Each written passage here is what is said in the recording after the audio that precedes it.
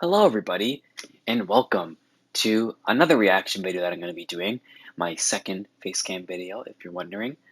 And today, as I said in my last video of my Leafs reaction game, or the Leafs reaction video, I'm going to be talking about the NBA play-in. This season for the NBA has been a little bit interesting. They significantly cut down the amount of games that will be played in the regular season, and had to do that because, well, the season couldn't start on time, had to start a month and a half late, and eventually uh, we needed to sort of get back into the regular schedule, so it needed to end at the same time as the regular playoffs would have been. But yeah, so they had to basically cut down the season, and it made it a lot easier for some teams and a lot harder for others to make it to the playoffs. Uh, a bunch of teams went in and out of the playoff race throughout the year. Some of them that were really good last year didn't make it this year. Ahem, Toronto.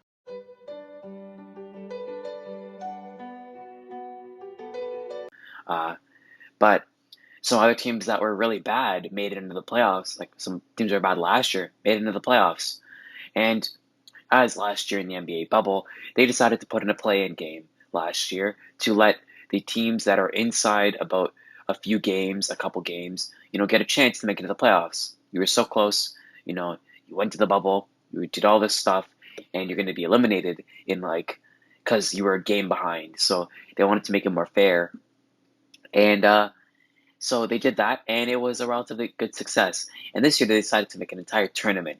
If you don't know how it works, the tournament is basically a where the eighth, ninth, 10, or 7, 8, 9, 10 seeds all in both conferences battle it out to decide who gets the 7 and 8 seeds in the playoffs, the bottom two seeds.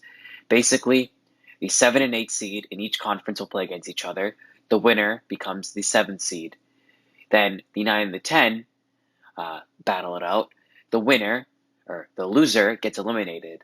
So uh, then the 8th and the 9th seed, so the loser of the 7 and 8 game and the winner of the 9 and 10 game would battle it out in one game to see who makes the playoffs as the 8th seed. It's a little bit of a tournament. It makes sense because, it's fair. You're making it more fair for the 8th seed and 9th seeds because, you know, can't just to make it easier, I guess. But it was very, very interesting. And it's already been playing time. They already finished it yesterday. And there was there's a disconnect between both conferences in how the games were.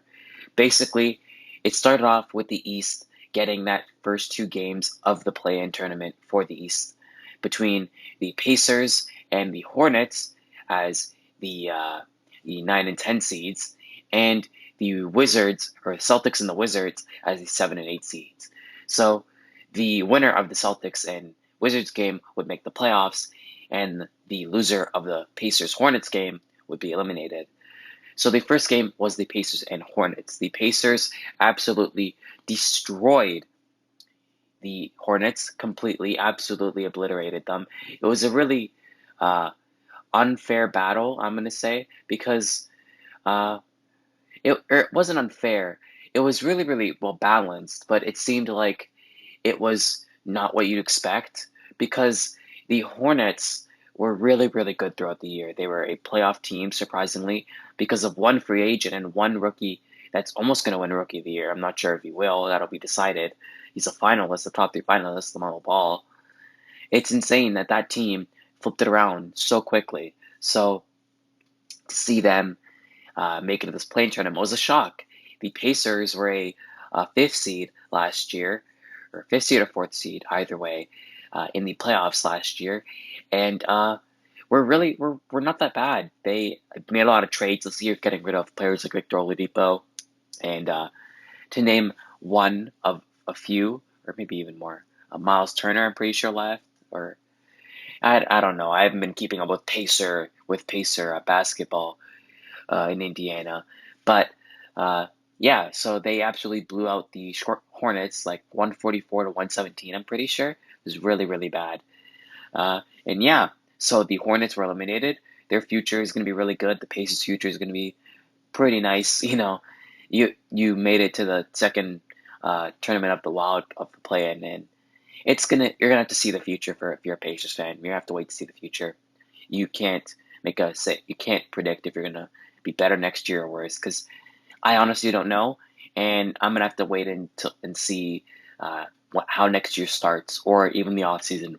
And the second game for the East was between the Celtics and the Wizards. The Wizards have been an extremely hot team of recent and uh, sucked at the beginning of the year. They were really, really bad. They traded John Wall for Russell Westbrook, who Russell Westbrook was having a pretty off year, uh, wasn't playing well, and Houston went on like a fire sale, selling everybody that they had, and the Wizards picked up Russell Westbrook. Nobody thought it was going to be good, including me. I had no trust in them, and I felt that this team was going to be, a 11 seed, 12 seed, because I never really thought of Bradley Beal as anything either.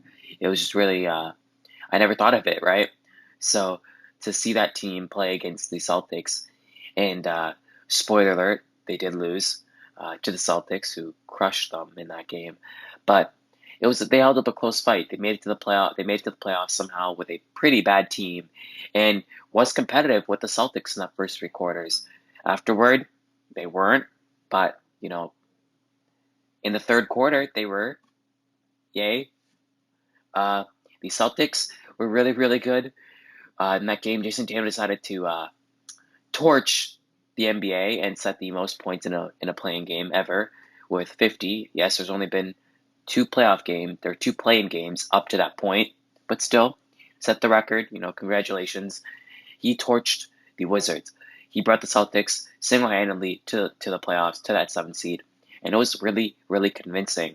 So the game, that would be the next game, which would have been 2 days later, so 2 days ago, for as I'm recording this, would have been between the Pacers and the Wizards. The Pacers and the Wizards already had a matchup not that long before the playing game. Russell Westbrook decided to clutch up and single-handedly win the game for them with a block shot to end it. But yeah, it was really, really convincing. Uh, Basically, in that final playing game, decided against the 8th seed, the Wizards crushed the Pacers with almost an exactly the same score. It was around like 140 to 115. It was really, really close to what happened earlier. And the Wizards showed that they were just a team that was ready for the playoffs. It made sense because it was you were the 8th seed, so you're better. Even if they were like a few games behind, you're still better.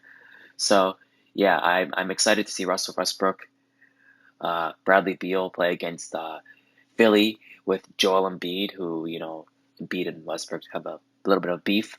But yeah, it's going to be very, very exciting. So that was the East play-in tournament. Uh, the Hornets and Pacers were eliminated. They've got the Pacers don't, but the Hornets have a bright future.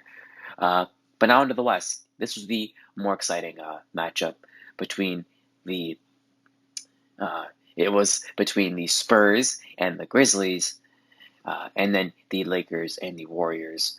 The Lakers and the Warriors were the second game. Actually, no, I'll start with the Spurs and the Memphis Grizzlies because that one's less important.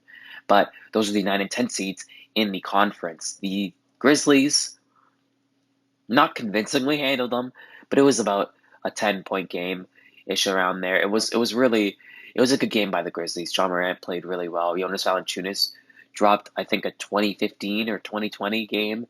Really, really good.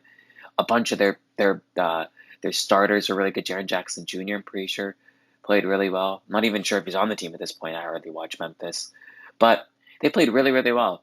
Uh, and the Spurs didn't. DeMar DeRozan tried to, uh, you know, tried to carry the team, but he just couldn't. And it's an interesting future for that team because, well, uh, DeMar DeRozan, you don't know if he's going to stay there. That's the thing. He has a possibility. Sorry about that. We don't know about DeMar DeRozan. He may just decide to leave, and just hasta la vista. And the Spurs, although they have a young core, still, it's their veteran leader, Marcus Aldridge, retired. So now you've got a younger lineup, yeah, but it's still, unfortunate. I think they've got a bright future ahead of them. They got nothing to worry about. They made it so close to the playoffs. It's fine. It's fine for them. The Here's the second game between the Lakers and the Warriors. This was one of the best games of the play-in that we've ever seen. I know it was only what 3 games up in or 4 games up to that point, but still, really really good game. LeBron torched. Or it was a great match between LeBron and Steph Curry. Uh, LeBron decided to hit a very deep three to win the game for the Lakers, and they sent them to the seventh seed. It was a great game for them, but you can sort of see that LeBron and AD were still tired and injured. Like it weren't full 100%, which really sucked. But for them playing is a positive because they'll be really good anyways. Their players, their supporting cast was really really good. Al Caruso was good. Kyle Kuzma was okay. They were all great. Uh, and the Warriors, led by Steph Curry, were not that bad. Curry had a pretty good game, and a bunch of other players like Andrew Wiggins weren't that bad. But they unfortunately couldn't beat the King, uh, LeBron and AD. Now, this will be deciding who gets the eighth seed. So this is a more fun matchup. One yesterday night that I watched, really really good. One of the best games of the season that I've watched. I've only watched a few because, well, it got boring over time, but still, really really good game. Came down right to the wire into an overtime, and the Grizzlies pulled it off. They pulled off the upset and beat Steph Curry in the playing game to send them to the postseason. John Morant played absolutely amazing.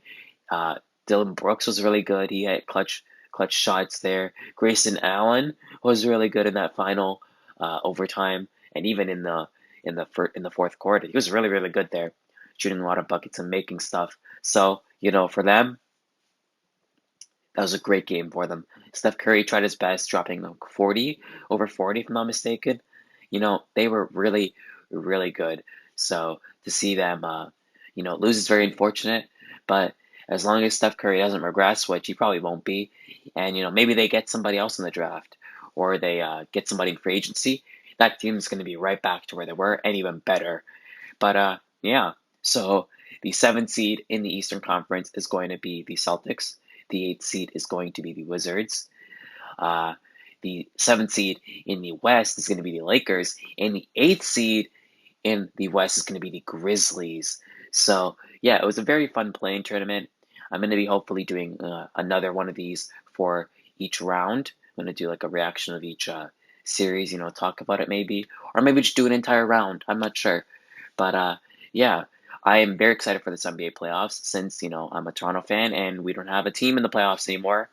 Uh, I get to enjoy them, so it's going to be very very fun, and I can't wait. But yeah, hopefully you enjoyed. Like and subscribe if you want. I yeah yeah. But yeah, that's about it. See ya.